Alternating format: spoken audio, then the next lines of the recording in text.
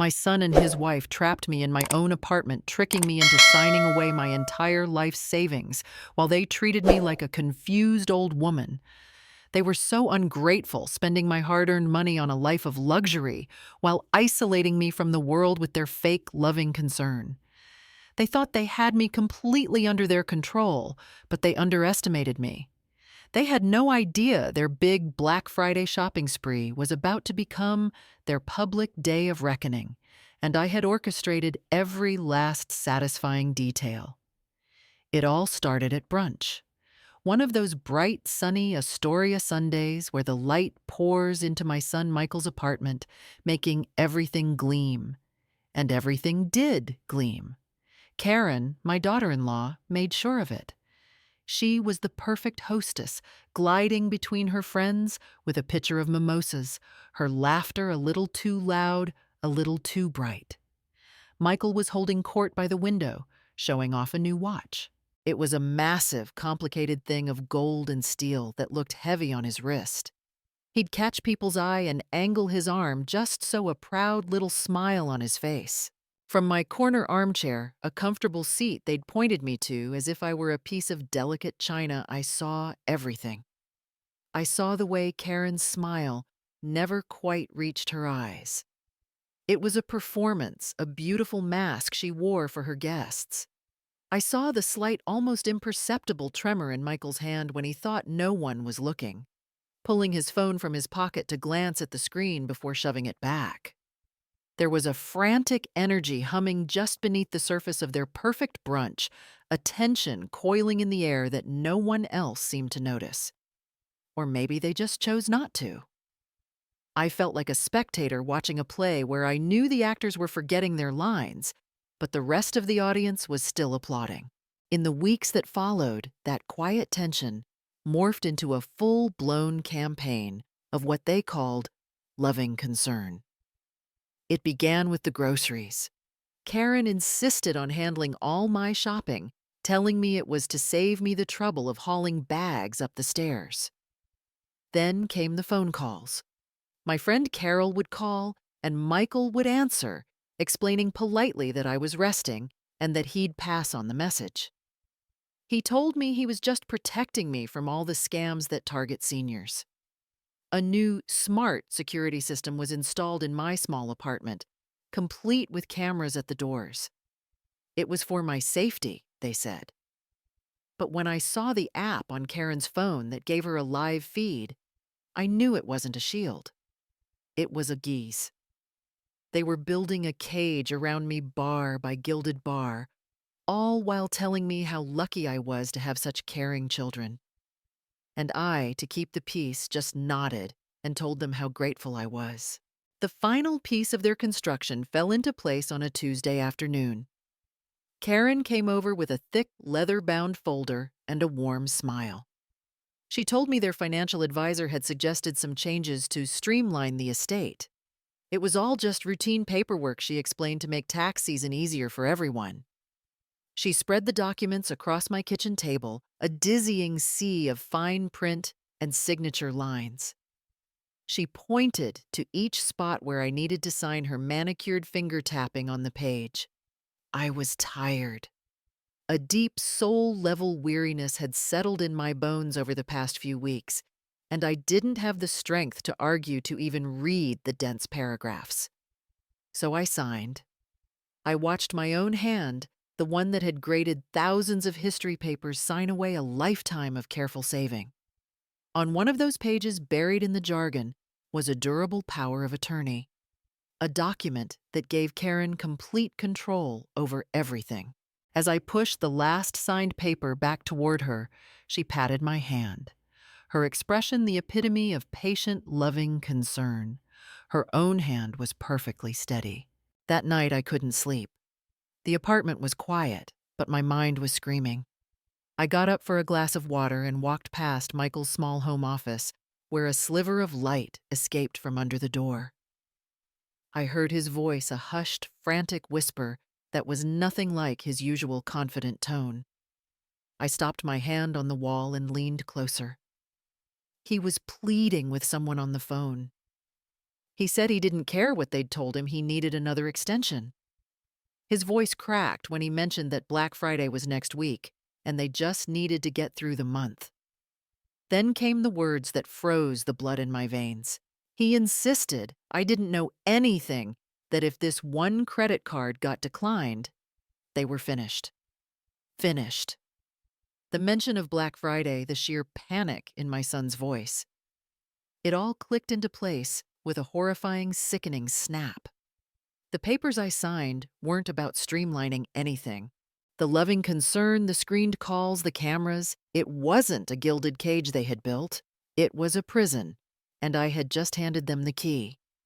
By the way, if you're enjoying the story so far, please consider subscribing so you don't miss what's next. We'd also love to hear your own story if you'd like to share it with our community. Now, let's get back to it. I didn't sleep a single minute that night. I just sat in the dark, the words from Michael's phone call echoing in my mind. Finished. Black Friday. She doesn't know anything. The shock slowly cooled into something hard and sharp, a plan. The woman they thought they'd put in a cage was a retired teacher who had managed classrooms of unruly teenagers for 30 years. I knew a thing or two about strategy. The next morning, I waited for my moment. Karen left for one of her Pilates classes, and Michael was grabbing his briefcase, already halfway out the door. I made my face a mask of gentle, elderly confusion. I walked over to him, holding a printout of my bank statement I'd had the foresight to make weeks ago. I told him, my voice soft and a little shaky, that I was just looking at my bank statement online and saw a large transfer to something called Platinum Concierge Services. I asked him if that was for my new security system, because it just seemed awfully expensive. I knew perfectly well it was the name of the high-end travel agency Karen used to book their spontaneous getaways. It was a question aimed like an arrow at the weak link in their chain. Michael froze his hand on the doorknob. His face went pale. He couldn't meet my eyes, looking instead at a spot on the wall just over my shoulder. He stammered something about it probably being a portfolio management fee, something their advisor handled. It was a weak, flimsy lie, and we both knew it.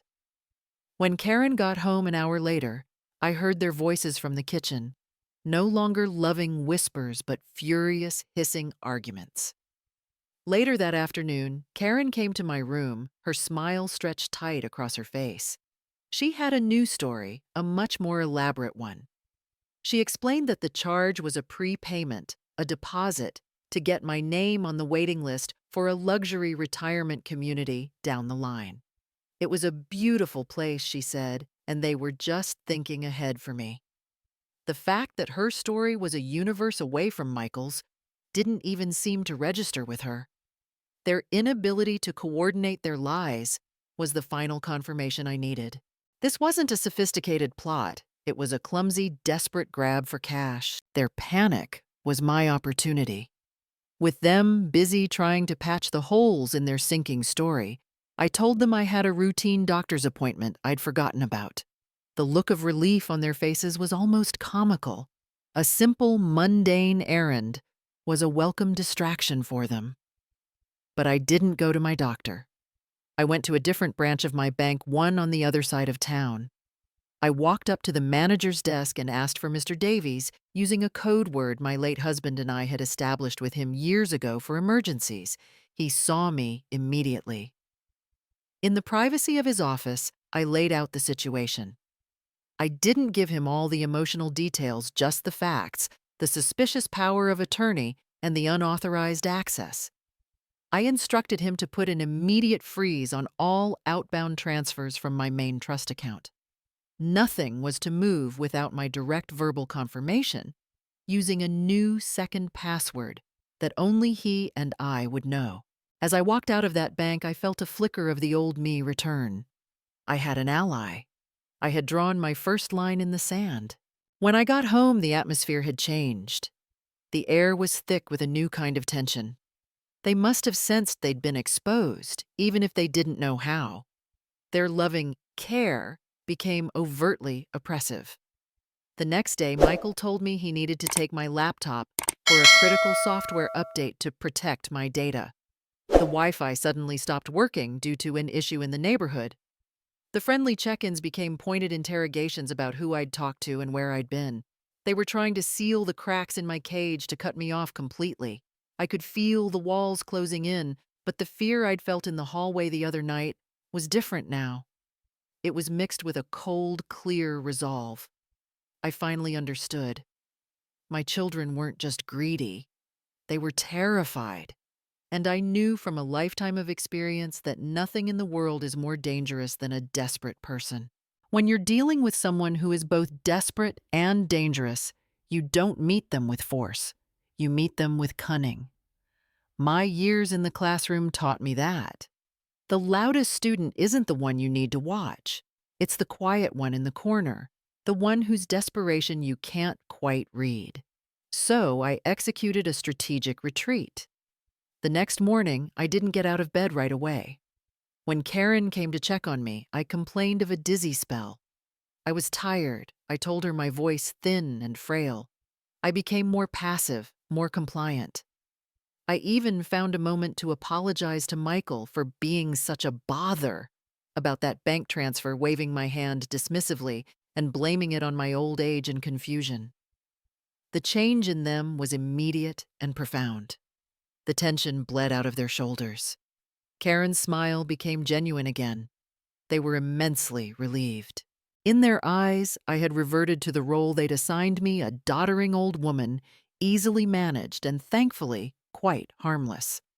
Their panic had been a hiccup, a brief scare. Now they were firmly back in control. Their arrogance, the very thing that got them into this mess, returned in full force. I found out the full, ugly truth of their desperation later, but I can picture the scene so clearly now. I imagine Karen sitting alone in her expensive SUV parked in some generic shopping center lot.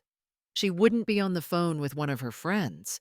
She'd be talking to a debt consolidation agent, her voice stripped of all its usual confidence. I can practically hear the agent on the other end, his tone bored and firm, laying out the numbers. I now know it was a mountain of secret credit card debt.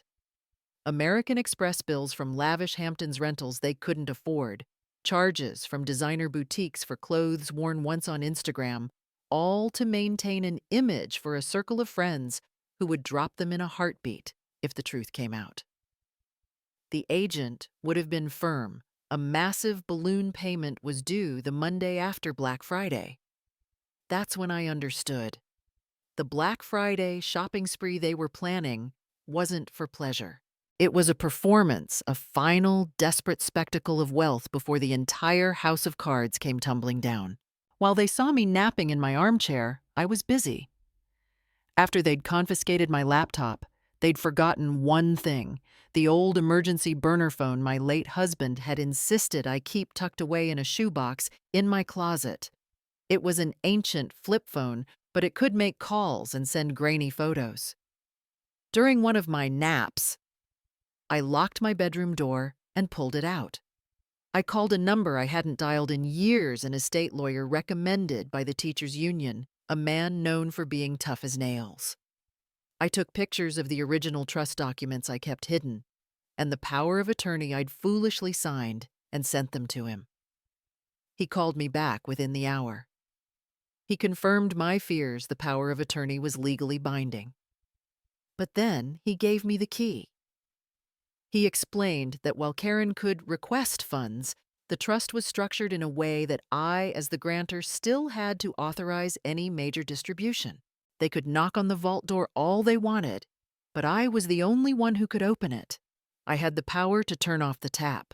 Their renewed confidence made them careless. That's the thing about arrogance.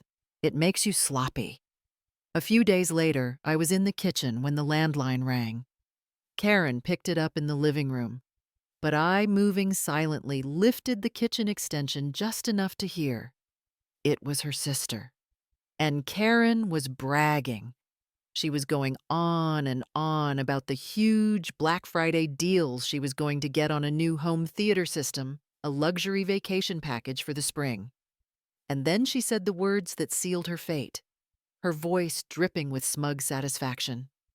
She told her sister they were finally getting what they deserved. Mom's money, she said, was working for them now. I gently placed the phone back in its cradle, not making a sound. The last flicker of doubt, of motherly pity I might have had for them, was extinguished. This wasn't just about desperation anymore. This was about entitlement. And I knew with absolute certainty what I had to do. I spent the next few days in my role as a frail, confused old woman. I let Karen bring me my tea, and I listened with a vacant smile as Michael read articles to me from his phone. They were so comfortable, so sure of their victory.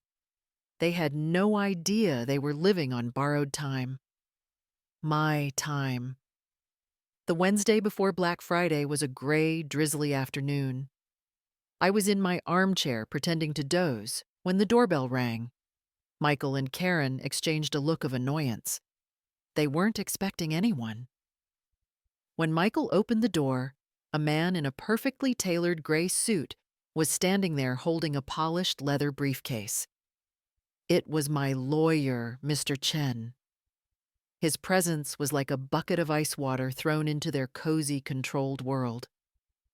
He stepped inside with an air of implacable authority and announced that he was there to conduct a routine asset review on behalf of his client, me. He then turned his calm, unblinking gaze on them and asked for all financial records related to my accounts for the past 6 months. Karen, ever the one in charge, stepped forward immediately. Her voice was tight as she informed Mr. Chen that she handled all of my financial matters, now citing the power of attorney. Mr. Chen gave her a smile that was all politeness and no warmth. From his briefcase, he produced a single crisp sheet of paper.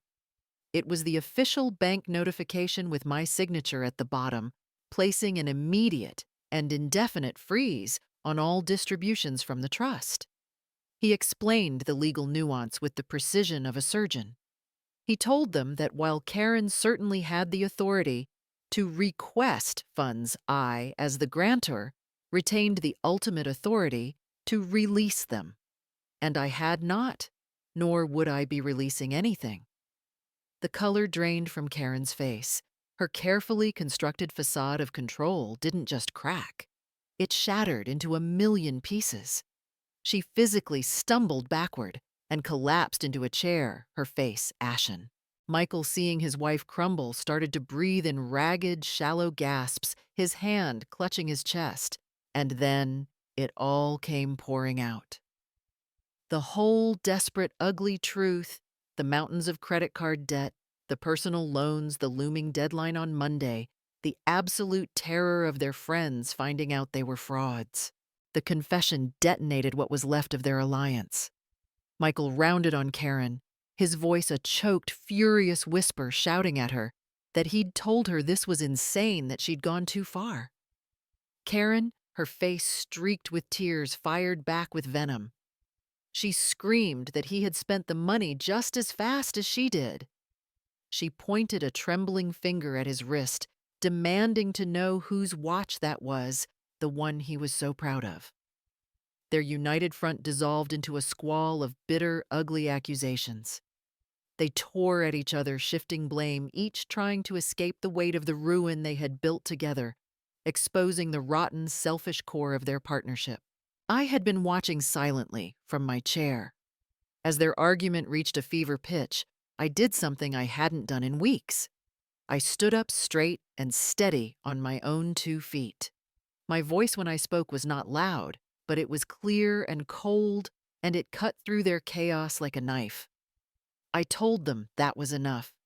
They both froze, turning to stare at me as if they'd seen a ghost. The frail, confused victim was gone. In her place stood the woman who had raised one of them and funded both of them, and she was in total command. I informed them that Mr. Chen and I would be at the main branch of the bank on Friday morning at 10 o'clock. I told them they would be there and we would settle this. I didn't ask, I instructed. I left no room for argument, no space for negotiation. They were left powerless, their rage and panic replaced by a new chilling fear. They were staring at the woman they had so thoroughly underestimated, and they were terrified of the public reckoning that was now just 2 days away. The walk to the bank on Black Friday morning was quiet. The city was a chaotic buzz of shoppers chasing deals, but for Michael, Karen, and me, the 2 blocks felt like a funeral procession. The setting for our final meeting was my design carefully chosen with Mr. Chen. It was a large, glass-walled conference room on the executive floor of the bank's headquarters, with a heavy mahogany table that felt as solid and immovable as the consequences we were about to discuss. Mr. Chen and I sat on one side. Michael and Karen sat opposite us, looking pale, exhausted, and small against the backdrop of the New York City skyline. A few moments later, the bank manager, Ms. Albright, joined us. She was a woman about my age, with a warm but professional expression that had turned decidedly cool. I had chosen this place specifically because it was a place of business, of rules and regulations, a place where tears and emotional appeals held no currency. I didn't begin with accusations or anger. My voice was calm and even, the same tone I used to use in the classroom just before handing back a test. I simply nodded to Mr. Chen. With methodical precision, he opened his briefcase and began to lay out the evidence on the polished table. He started with the bank statements, a highlighter marking the exorbitant charges from Platinum Concierge Services. He followed with the credit card bills that had been paid from my accounts bills from designer boutiques on Madison Avenue, 5-star hotels I'd never visited, and a lease for a luxury car I'd never ridden in. Finally, he presented a simple timeline that showed the systematic draining of my savings, a pattern that began almost immediately after I had saved them from their initial financial ruin years ago. Each document he placed on the table was another nail in the coffin of their lies, dismantling their entire narrative of loving, caregiving piece by undeniable piece. The judgment, when it came, was not from me. It came from Ms. Albright. She had reviewed the documents with a practiced eye, her expression growing more severe with each page. When she was done, she folded her hands on the table and looked directly at Michael and Karen. Her gaze filled with a profound and professional disappointment. She stated calmly that based on this clear pattern of activity, the bank would be filing a report with Adult Protective Services. Furthermore, she would be recommending a full forensic audit, as the situation had all the markers of elder financial exploitation.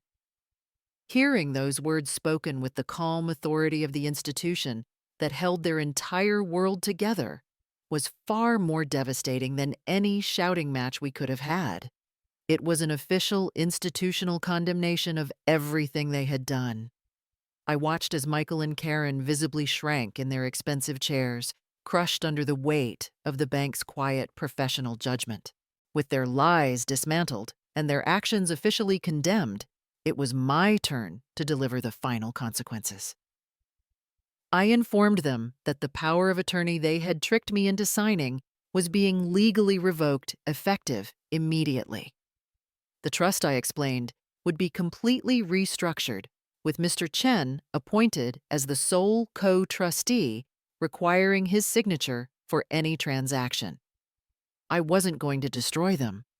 I told them a small, strictly controlled monthly allowance would be dispensed into a new account for them, enough to cover basic living expenses, but not nearly enough to fund a life of luxury. The rest of my assets, the vast majority of my life savings, would be placed into a new ironclad trust for my granddaughter's future, a trust they would never be able to touch. The justice was, I felt, perfectly proportionate. They had wanted to control my money to fuel their lifestyle. Now they would live under the strict financial control they had tried to impose on me, their future dictated not by their wants, but by their needs. I was imposing a harsh and unbreakable new reality, one they had built for themselves. The aftermath was as swift and brutal as a winter storm. Stripped of their access to my wealth, Michael and Karen's carefully constructed world didn't just crack, it imploded. The first thing to go was the pristine Astoria apartment with its skyline views, then the expensive car. I heard through the grapevine that news of their financial restructuring spread like wildfire through their social circle.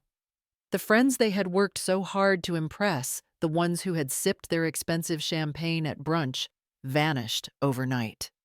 They were left completely isolated, surrounded not by friends, but by the quiet, crushing consequences of their own actions. The social humiliation they had feared above all else had come to pass not with a bang, but with the silent turning of backs. In the months that followed, they walked two very different paths. Michael, humbled and broken by the collapse, got a modest job in an office downtown. He was forced to confront the reality he had spent years avoiding. A few weeks after the meeting, he started calling me. The first time, I almost didn't answer, but his voice was different, quiet, hesitant. He didn't ask for money. He didn't make excuses. He just asked how I was. Those calls became a weekly occurrence, the first slow, painful steps on a long road toward accountability. Karen, however, remained trapped in her own bitterness. She refused to accept their new downsized reality. From what I heard, she spent her days in a state of quiet fury, blaming me, blaming Michael, blaming the world for ruining their lives. Her resentment was a poison she chose to drink alone every single day. As for me, I thrived. Free from the oppressive weight of their greed and anxiety, it felt like I could finally breathe again. The first thing I did was call my old friend Carol, and we had lunch laughing for hours, like no time had passed. I took a trip to see the autumn leaves in New England, something I'd always wanted to do. I reconnected with my old life, my real life. With the help of Mr. Chen, I used a portion of my resources to establish a small scholarship at the public school, where I taught for 30 years, a fund to help bright kids from working-class families. My little apartment was no longer a gilded cage. It was a sanctuary, a place of peace and genuine warmth.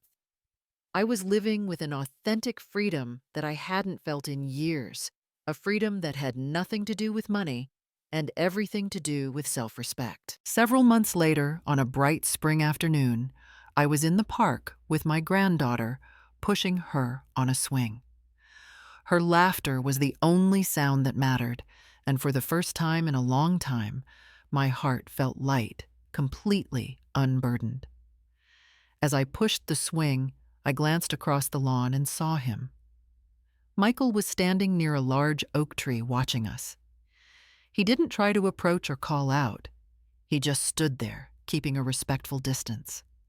He looked tired, but there was a stillness about him I hadn't seen before. I gave him a small, quiet nod, and he returned it before turning to walk away. It was a single, powerful image of our new reality. I had reclaimed my life and secured a future for the one person who truly mattered. The consequences for my son and his wife weren't a single act of revenge, but a lasting world they had earned for themselves. And in the quiet afternoon sunshine, with my granddaughter's laughter filling the air, I realized I had found something far more valuable than victory. I had found peace. In the end, Susan's story shows us that the greatest victory isn't always about revenge, but about reclamation. She came to understand that her children's terrible actions were driven by a deep fear of failure, but she also knew that understanding their desperation didn't mean she had to fund it. True strength, she found, lies in setting boundaries that are both unbreakable and just. It's about wisely protecting your own peace from the chaos of others. In that final, quiet choice, she reclaimed not just her assets, but a lasting freedom that was truly priceless.